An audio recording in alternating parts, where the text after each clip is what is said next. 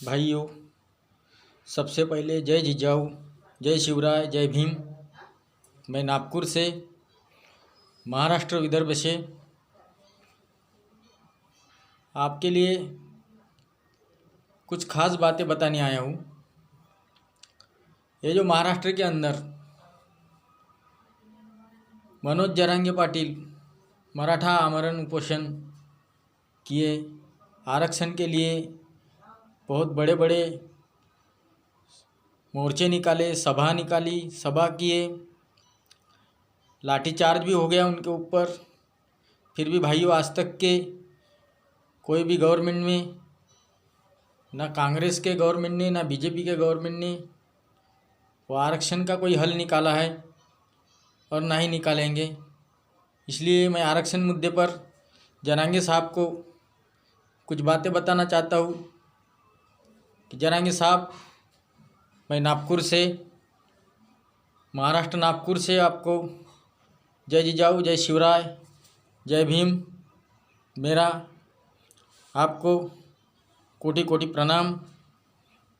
तो भाई मनोज जरांगे पाटिल, मैं एक किसान मजदूर का बेटा हूँ, इसलिए मेरा मन आपके कानों तक, मेरी मन की बातें आपके कानों तक पहुंचना चाहिए, यही मेरी इच्छा है। तो पाटिल साहब, आज देखिए 75 साल हो गए देश की आज़ादी को। महाराष्ट्र में खास करके आपके मराठे लोगों का सरकार है 75 साल से, ग्राम पंचायत से लेके तो खासदार आमदार दिल्ली तक आपके मराठे ही मराठे हैं। फिर भी मराठे लोगों का विरोध है, आपके आरक्षण को मराठा लोगों का विरोध है। कुछ मिनिस्टर बोल रहे, कुछ मराठा राजनीतिक मंत्री बोल रहे हैं कि हमको ओबीसी जाति प्रमाण पत्र नहीं चाहिए, हम लोग मराठा हैं। तो भाइयों, मुझे भी कुछ इतिहास का पता है। एक्चुअली 200-250 साल के पहले आप मराठे नहीं थे, इसलिए मैं कुछ कहना चाहता हूँ। आप ओबीसी थे। उसके बाद में 200-250 साल के पहले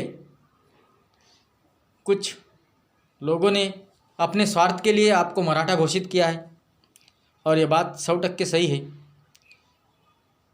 निजी स्वार्थ के लिए कुछ लोगों ने आपको मराठा बोल दिया है।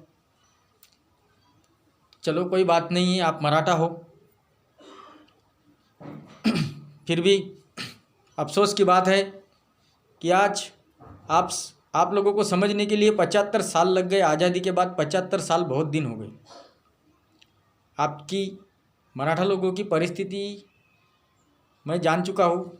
मैं भी पश्चिम महाराष्ट्र में खानदेश, विदर्भ, कोकण पट्टी, सभी जगह मैं जाके आया हूँ। मराठा भाइयों के क्या हाल है, क्या नहीं है, वो मुझे पता है। इसलिए मैं ये वीडियो के द्वारा आप लोगों को बताना चाहता हूँ कि ये बीजेपी सरकार निकम्मी है। ये बीजेपी सरकार आपको कुछ देने वाली नहीं है। भला ही आपके मराठे मुख्यमंत्री है,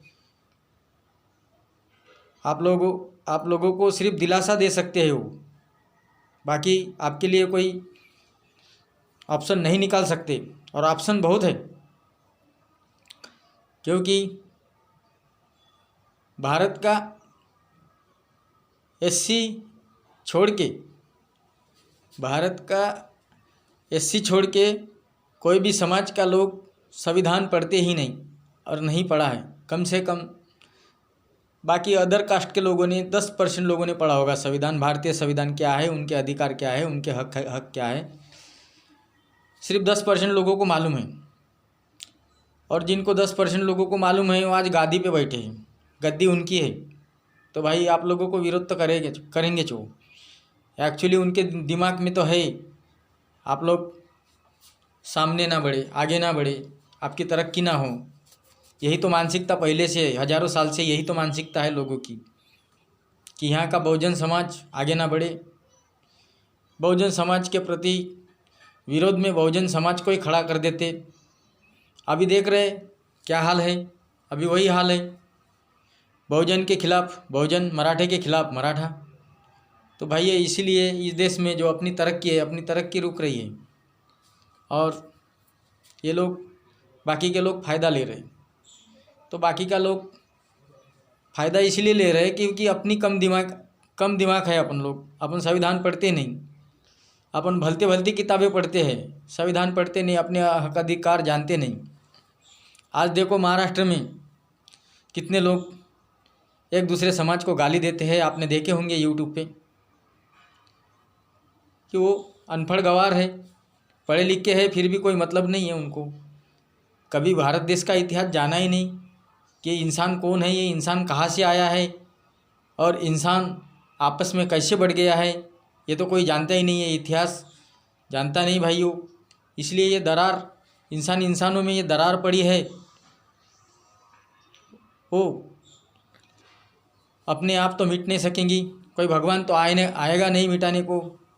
वो अपने को ही समझना होगा, इंसान को ही समझना होगा कि इंसान क्या है, इंसान की कीमत क्या है, इंसान किस जाति से आया है और इंसान की जाति क्यों बनाई है। ये तो हम लोगों को ही देखना है भाई साहब, इंसानों को ही समझना है, महाराष्ट्रीय लोगों को समझना है, भारत देश वासियों को समझना है, आखिर मानव धर्म आपस में क्यों बढ़ गया। यहाँ 130 करोड़ जनता है, सब मानव हैं। यहाँ कोई हिंदू, मुस्लिम, सिख, ईसाई, बौद्ध कुछ नहीं है, सिर्फ मानव हैं। ये अपने स्वार्थ के लिए सब बन चुके हैं, ये हमारा है, वो हमारा है, वो हमारा है क्या? जीवन का मतलब क्या है? अरे इंसानियत से रहो, इंसानियत से रहो, इंसानियत से प्यार करो, इंसान से प्यार करो, इंसान के जैसे रहो। आज यहाँ की हालत तो ऐसी है, वर्षों से जानवरों जैसी हालत है। जानवर कभी दूसरे जानवर को पहचानता नहीं, वैसी हालत है आदमी की। इस देश में इंसान कभी दूसरे आदमी को इंसान समझता ही नहीं। तो चलो भाइयों, बातें हो गई। आप लोगों को मैं यही कहना चाहता हूँ कि आने वाले 2024 में आप ये यूट्यूब के माध्यम से, चैनल के माध्यम से आप अगर मेरी बात ध्यान से सुनते होंगे तो मैं बताना चाहता हूँ, आपके सामने, मराठा लोगों के सामने एक ही ऑप्शन है, जो है भावी मुख्यमंत्री महाराष्ट्र के प्रकाश आंबेडकर जी को बनाओ। वो इसीलिए है क्योंकि उनके दादाजी थे भावी विद्वान पंडित थे और वही गुणवत्ता इनमें भी है, बाबा साहेब आंबेडकर में भी यही गुणवत्ता है। तो भाइयों, मैं कोई वंचित का कार्यकर्ता नहीं है, ना मैं प्रकाश आंबेडकर का कार्यकर्ता हूँ, पर मेरे समझ में आ रही है, मुझे दिन में तारे दिखाई देते हैं कि आने वाला 2024 अगर मराठा, बौद्ध समाज, बहुजन समाज मिलकर अगर माननीय प्रकाश जी आंबेडकर जी को मुख्यमंत्री बनाते हैं तो आपका ये समस्या है मराठा आरक्षण की, वो छूट जाएंगी। संविधान ने तो मराठा आरक्षण को फाइनल कर दिया है, क्योंकि मराठा पहले से ओबीसी था, इसलिए 340 कलम, आर्टिकल 340 कलम बाबा साहब ने संविधान में लिखी है और ओबीसी प्रवर्ग को प्रावधान सबसे पहले भारत देश में दिया है।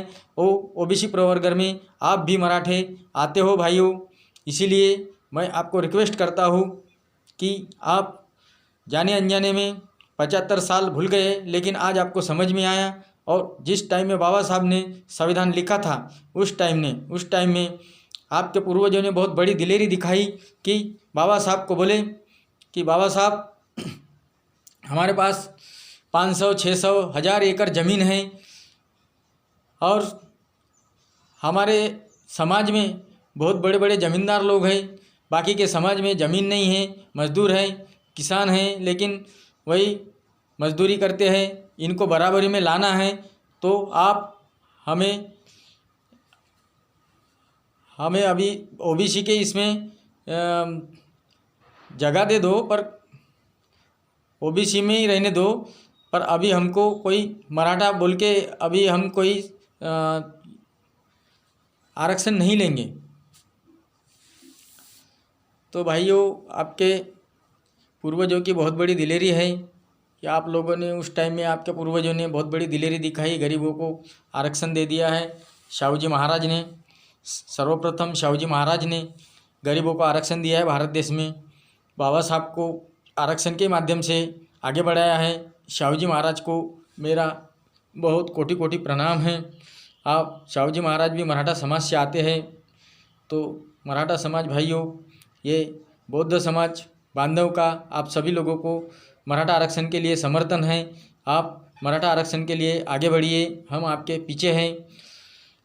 अगर हो सके तो 2024 को माननीय प्रकाश जी आम्बेडकर को मुख्यमंत्री बनाकर आप अपनी समस्या का हल छुड़ाइए। इतना ही बोल के मैं अपनी 2 बातें समाप्त करता हूँ। जय जिजाऊ, जय शिवराय, जय भीम।